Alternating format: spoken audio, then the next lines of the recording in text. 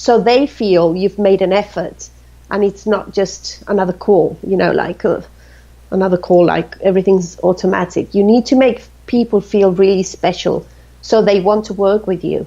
And I think that's a forgotten thing in today's technology world is, back in the day,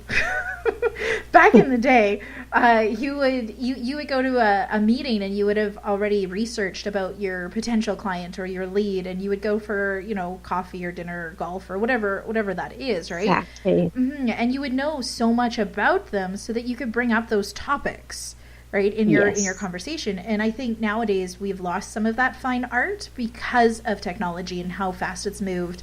And how easy it is. Yeah, I think it's because we live in such a fast world. We don't bother. But there's a lot you can do with your backdrop. Like, for example, if you know you're going to be speaking with someone who loves peacocks, stick a peacock in your backdrop. There will immediately be, you will be building that connection immediately. I mean, it's just easy things you can do. Oh, yeah. It's what I call a little bit of my unfair advantage in today's world with, so many people just go, jump on, video, you can hop to the meeting, and they don't spend that extra few minutes. And that's actually, just for those listening, that's where a lot of my technique comes from when I'm negotiating even. So when I'm jumping, I always want to jump on a call later. I never start negotiating from like the beginning of a conversation. I want to first have like a hi, let's talk for a minute over phone or video. I prefer video because you can really spend an extra day or even a few hours before you're meeting with the person that you're negotiating to get to know them a little bit more, so you have that extra advantage, which a lot of people don't pay attention to nowadays.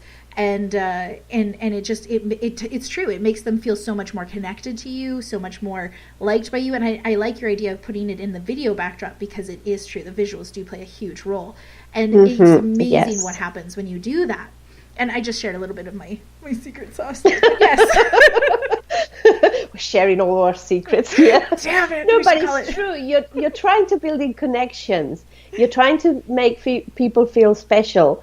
And it really doesn't take a lot of time. It just takes, I don't know, the will to do it. Yeah, that extra few moments, it makes a huge difference. And you don't have to go out and buy the peacock, right? So if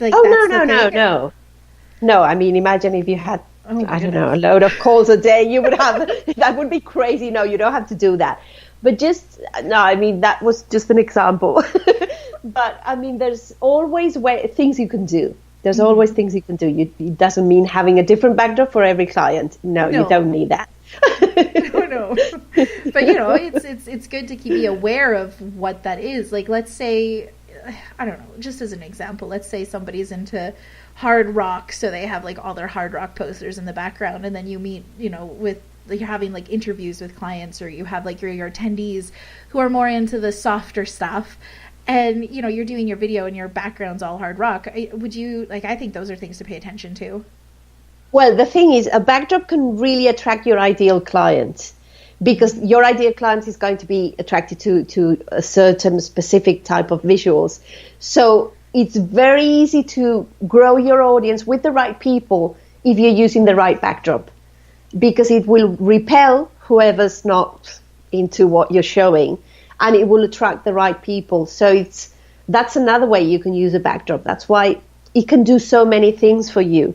Because if in your example that wouldn't work out very well. No, it would be like what you just said. Like what you just said is your backdrop can work for you or against you.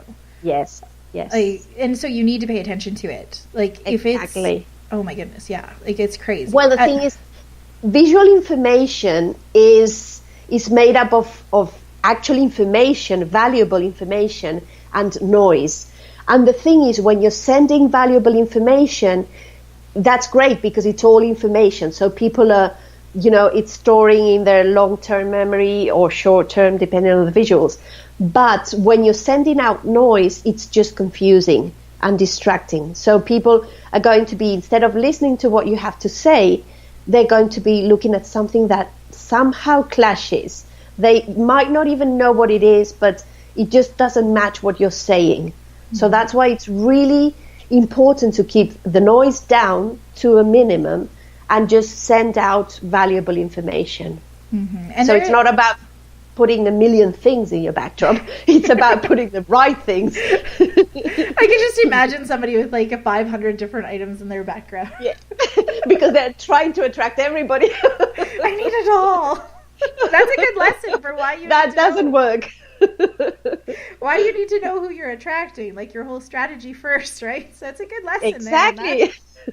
That's why you need to plan first. If you wouldn't put 500 things in your background, don't go after everyone.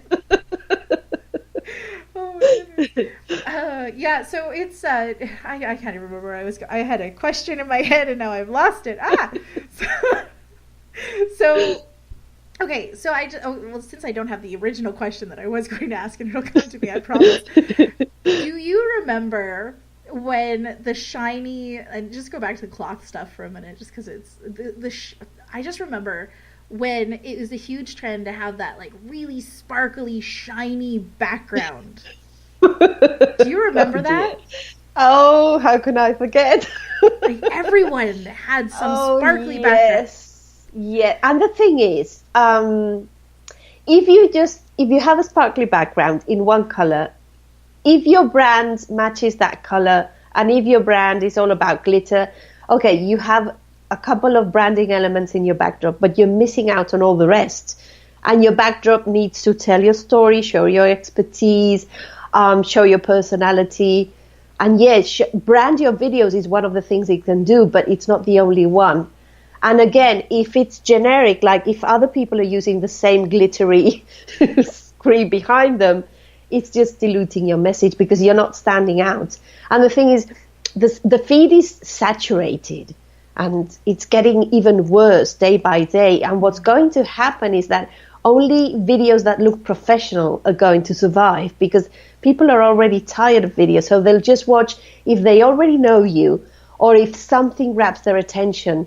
And the attention span has gone from 8 seconds in the year 2000 to 2 seconds. I mean, it's just terrible. So you need to really grab people's attention with the right visuals, with really powerful visuals. Because let's face it, people they usually have their devices muted, so they can't really listen to your amazing message at the beginning. You need to give them a powerful reason to stop and watch your video. And that's only possible through visuals, through your backdrop. Now, once they start watching, yes, your message is the most important, obviously, but if you don't have the right visuals, they're just going to scroll down and down. And if you're using a generic screen as everybody else is using, well, that doesn't make them want to stop and watch the video because they don't even know if it's you or somebody else. Yeah, it won't catch their attention. And that's, what you just hit the nail on the head there. I can't go to my Facebook page and not have I don't have sound on my videos, but they start playing. I just don't have sound. So, but I'm scrolling through my page, and you're so right. I won't stop and watch because I don't have time to watch everybody's video. I won't stop and watch a video if it looks like it's just like somebody talking about how bad their day was. Like it's just disorganized chaos. I won't. It's just I don't have time for it. You don't have time, exactly. Nobody has time for that. Yeah. So that's why it's getting really, really difficult to stand out. And only nice-looking things and professional-looking things are going to make it in a few months. I mean, it's crazy. Mm-hmm. Oh, I do have. So can you? It came to me. My question came back.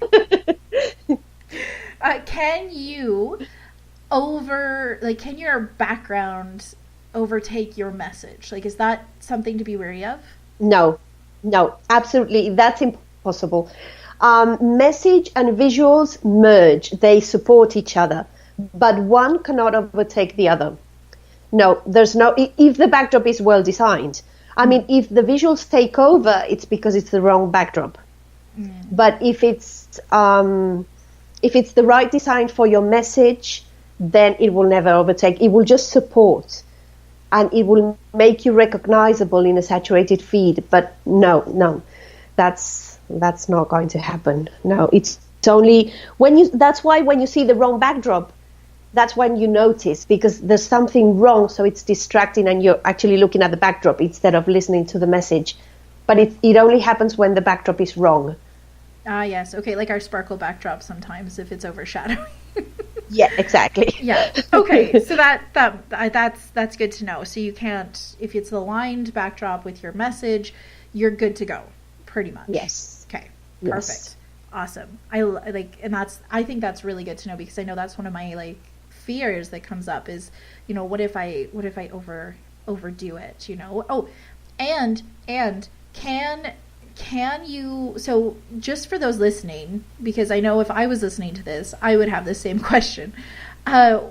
When you're talking about doing a visual backdrop and having it aligned and getting your videos all good like that, you can still pop on Facebook on your phone at an event or out when you're out for a walk or whatever it is that, like, other locations. Like, that doesn't ruin your brand, right? Absolutely.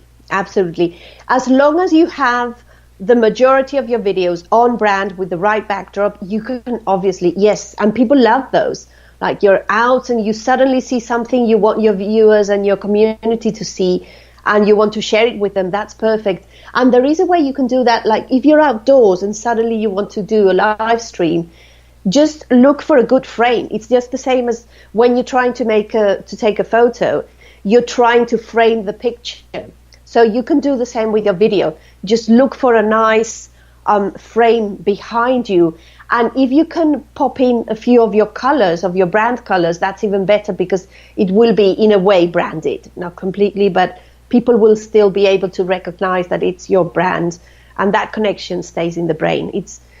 Many times it's about tricking the brain and building those network connections. So you can maybe, even if you always carry, I mean, this is just like something easy. If you always carry a scarf in your brand colors and you always wear it, like, not wear it, but if you have it in the car or in your bag or whatever it is, so you can just put it on, and when you do your video, you're still branded in a way. But yeah, you can totally do that. The thing is, like, was it a year ago? I think there was this trend and everybody was live streaming from their car. Oh, yeah. I know that. Yeah, I mean, that's fine if suddenly one day you have this great idea and you need to share it and you're in the car. It's okay, but that's not a strategy. That's not a video strategy. That's not a background. I mean, that's not doing anything for your message or your brand. What about those people that are stuck with their home computer or home office in their living room? That's okay. I mean, most entrepreneurs, let's face it, they don't have a video studio. They don't have a dedicated office.